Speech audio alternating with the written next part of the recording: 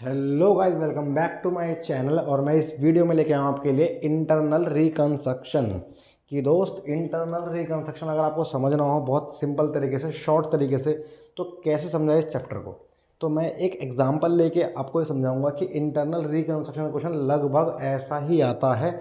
तो अगर 15 मार्क्स का क्वेश्चन आया तो देखो, 1 घंटे में अगर आपको ये चैप्टर सीखना है तो मैं मोस्ट ऑफ द एंट्रियाँ बता दूंगा आपको, ऐसी कि ऐसे आई तो ये करना है।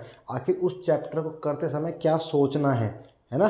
तो बहुत आसान सा है इंटरनल रिकंस्ट्रक्शन, समझ लेना जो चाहते हैं कि एक दिन में पास होना। तो दोस्त देखो, 27 नंबर तुम्हें लाने हैं। 27 नंबर के लिए मैंने कहा थ्योरी पढ़ो, नंबर 2 कैश फ्लो पढ़ो, नंबर 3 इंटरनल रिकंस्ट्रक्शन। अगर भाई 15 मार्क्स का क्वेश्चन भी आता है, इतना अटैम्प्ट कर लोगे तो 7 8 9 10 नंबर तो देगा ही देगा।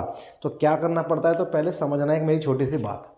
भाई जो रिकंस्ट्रक्शन वर्ड है ये बना गया है लॉस और प्रॉफिट को एक तरीके से एंट्रियों के बेस के लिए, कि भाई आपको मैं अगर आपसी लैंग्वेज में समझाऊं ताकि आपको आसानी समझ में आए।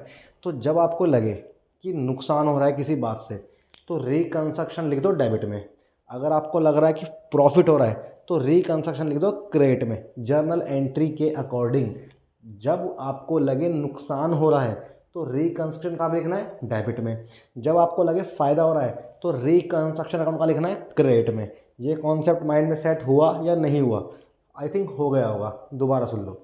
अगर रिकंस्ट्रक्शन में, अगर आपको क्वेश्चन को पढ़ा आपने इंटरनल रिकंस्ट्रक्शन का और आपको लग रहा है फ़ायदा हो रहा है तो रिकंस्ट्रक्शन कहाँ पे आएगा? क्रेडिट में। आपको लग रहा है नुकसान हो रहा है तो रिकंस्ट्रक्शन कहाँ पे आएगा? डेबिट में। इतना समझ में आया या नहीं आया? आ गया होगा। एक चीज़ और बताना चाहूँगा कि भाई आपको पता है आपके अकाउंट में जब पैसे आते हैं तो आप कहाँ लिखते हो? आपके पास क्या क्या मैसेज आता है? योर अकाउंट क्रेडिटेड, ये आता है ना। तो इसका मतलब कंपनी के जो इक्विटी शेयर होते हैं, प्रेफरेंस शेयर होते हैं, वो जर्नली कहाँ लिखे जाते हैं? क्रेडिट में। लेकिन जब कभी कुछ सीन होगा तो कहाँ पहुँच जाएगा वो? डेबिट में। मतलब जब उसकी वैल्यू चेंज होती है तो कहाँ पहुँच जाएगा? डेबिट में। ये दो रूल याद रखना। नंबर 1, कि नुकसान हो तो रिकंस्ट्रक्शन डेबिट, फायदा हो तो रिकंस्ट्रक्शन क्रेडिट। और दूसरा, अगर कभी भी शेयर की वैल्यू घटती बढ़ती है तो वैसे वैसे जर्नली वो क्रेडिट में लिखते हैं, लेकिन चेंज करना तो कहाँ पहुँच जाता है? वो डेबिट। तो मैं आपके लिए लेके आया हूँ एग्जाम्पल, ताकि उस एग्जाम्पल को आप समझो और पेपर में एंट्री है तो आराम से कर लो। तो फर्स्ट ऑफ ऑल मैं क्वेश्चन रिपीट करता हूँ। क्वेश्चन है कि एक कंपनी की बैलेंस शीट दे रखी है जहाँ पे लैंड है 5 लाख की, प्लांट है 2 लाख का, इन्वेस्टमेंट है 1 लाख की, स्टॉक 6 लाख के, डेटर 2.5 लाख के, प्रीमिलरी एक्सपेंस 15,000 रुपये, इक्विटी शेयर कैपिटल जो 10 लाख रुपए के, 10% डिवेंचर 100 रुपये का एक है 8 लाख के, इंटरेस्ट ऑन डिवेंचर 80,000 रुपये के, क्रेडिटर 9,20,000 रुपये के। आपको मानो एक बैलेंस शीट दे रखी है, आपको पेपर में भी दे रखी होगी और नीचे एंट्री आई है कुछ ये। तो भाई दोबारा समझना बातों की बारीकी को, क्योंकि यहाँ पे एक टू और बाय भी आपकी ज़िंदगी ख़राब कर देगा। कैसे? देखो, पहली एंट्री आई कि to reduce to equity share to 1 each. मतलब ये जो अमाउंट से पहले 2 लिखा है इस पर ध्यान रखना। ये कहना चाह रहा है कि इक्विटी शेयर की वैल्यू 1 रुपये तक हो गई। अभी मैंने ऊपर क्या पढ़ा? इक्विटी शेयर की वैल्यू कितनी है? 10। अब 10 से उसकी वैल्यू कितनी हो गई? 1। तो भाई ये तो सीधी सी बात है भाई, सीन हो गया है। तो सीधी सी बात है, मैंने क्या बताया था? एक कैपिटल हमेशा कहाँ था? क्रेडिट में। अब यहाँ लिखना पड़ेगा डेबिट में। तो अगर मैं एंट्री बनाऊंगा तो क्या बनाऊंगा? इक्विटी शेयर कैपिटल 10 वाला तो आ गया डेबिट में, और 2 इक्विटी शेयर कैपिटल अकाउंट 1 वाला आ गया क्रेडिट में। पक्की बात है? तो भाई ऊपर कितना अमाउंट था? 10 लाख, नीचे कितना आ गया? 1 लाख, है ना। तो डिफरेंस आएगा वो कहाँ पे आएगा? रिकंस्ट्रक्शन अकाउंट में कितना? 9 लाख। समझ में आया? दोबारा, हमेशा कैपिटल कहाँ आता है? क्रेडिट में। लेकिन भाई सीधी सी बात है, अब वैल्यू चेंज हो गया तब कहाँ पहुँच जाएगा? 10 वाला ऊपर, जो हमें गिवन होगा बैलेंस शीट के अंदर वो कहाँ पहुँच जाएगा? ऊपर। और जो एक्चुअल में हो गया वो कहाँ पहुँच जाएगा? नीचे। और डिफरेंस कहाँ है? रिकंस्ट्रक्शन। एक बार दोबारा सुनो। क्वेश्चन में बैलेंस शीट में आपको दे रखा है शेयर, एक कितने का? 10 का। नीचे बोल रहा है कि उसकी वैल्यू घट के कितनी हो गई? 1 रुपये तक हो गई।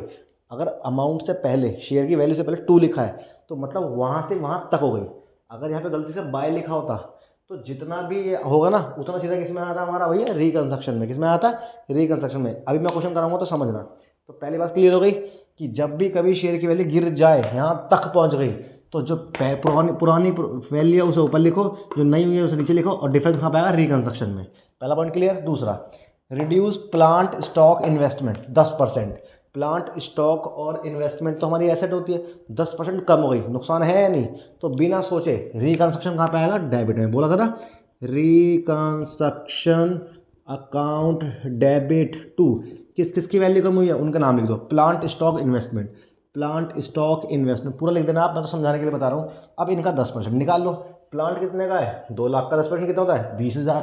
कितना होता है? 20,000। तो आप पूरा पूरा लिख रहा हूँ, शॉर्ट में लिख रहा हूँ। स्टॉक कितने का भाई? स्टॉक है भाई आपका 6 लाख का, 10% कितना होता है? 60,000। उसके बाद लिखा है इन्वेस्टमेंट 1 लाख की थी, 10% कितना होता है इसका? 10,000। टोटल कितना है? 90,000। एंट्री समझ में आई? भाई नुकसान दिखा था तो रिकंस्ट्रक्शन डेबिट में।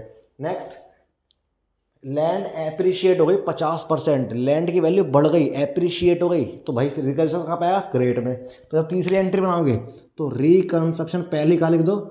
क्रेडिट में। और किसकी वैल्यू बढ़ी है? लैंड की। लैंड कहाँ पहुँचाएगा? ऊपर। लैंड अकाउंट डेबिट कितना? 50%। लैंड कितने का है? 5 लाख। इसका 5% और 50% कितना था? आधा। तो मतलब कितना फ़ायदा हुआ? 2.5 लाख। यहाँ तक कोई डाउट? फिर बोल रहा है कि भाई हमें कैंसिल करना है claim of debenture holder interest. भाई हमें किसी को डिवेंचर का इंटरेस्ट पे करना था, अब वो कैंसिल करना है, तो ये तो हमारा फ़ायदा हो गया। तो फिर से हमारा रिकंस्ट्रक्शन कहाँ पाएगा? क्रेडिट में। और भाई ऊपर क्या आ जाएगा? Interest on debenture. समझ में आया या नहीं आया? अब देखो फटाफट एंट्री कैसे होती है।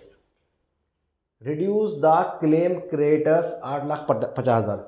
ऊपर क्लेम कितना था क्रिएटर का? भाई ऊपर क्रिएटर का क्लेम था 9,20,000। अब वो कहाँ तक पहुँच गया? 8,50,000 तक। टू लिखा है ना, तो भाई कर्ज कम हो गया, फायदा। नीचे आएगा रिकंस्ट्रक्शन, ऊपर आएगा क्रिएटर। अगली एंट्री, हमें प्रोविजन मांगा 50,000, तो भाई प्रोविजन तो नुकसान होता है, तो नुकसान तो फिर रिकंस्ट्रक्शन ऊपर और प्रोविजन नीचे।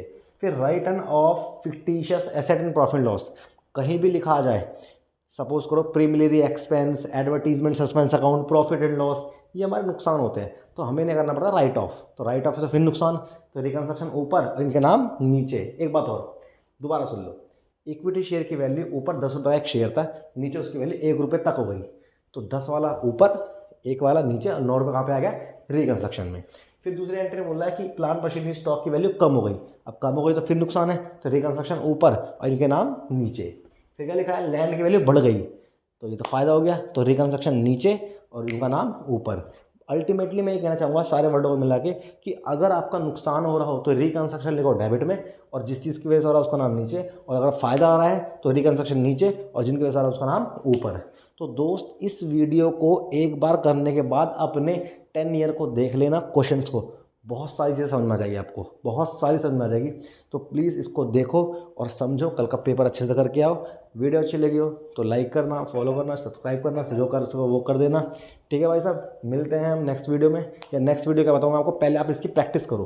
प्रैक्टिस करोगे तो भाई बहुत ज़रूर पास होगे, डेफिनेटली पास होगे। अच्छे से प्रैक्टिस करो भाई, पेपर में कुछ छोड़ना मत, जितना हो सके बना के आना, जितना हो सके। थ्योरी तो बिल्कुल छोड़ना ही मत। ठीक है, मैं होप करता हूँ कि आपको वीडियो समझ में आई हो। इसको ज़रूर देखो, अच्छे से सॉल्व करो, क्योंकि पेपर में क्वेश्चन आएगा ही आएगा। तो मिलते हैं नेक्स्ट वीडियो में। और अच्छा एक चीज़ और, इंश्योरेंस, बैंकिंग इंश्योरेंस का जो पेपर है उसकी वीडियो सारी बनी पड़ी है, 2-3 और बनाऊंगा जो थोड़े टॉपिक रह रहे हैं, बिल्कुल प्रॉपर हो जाएगा। तो इसे कंप्लीट अच्छे से करो, पहले इसको पास हो अच्छे। ठीक है, मिलते हैं नेक्स्ट वीडियो में।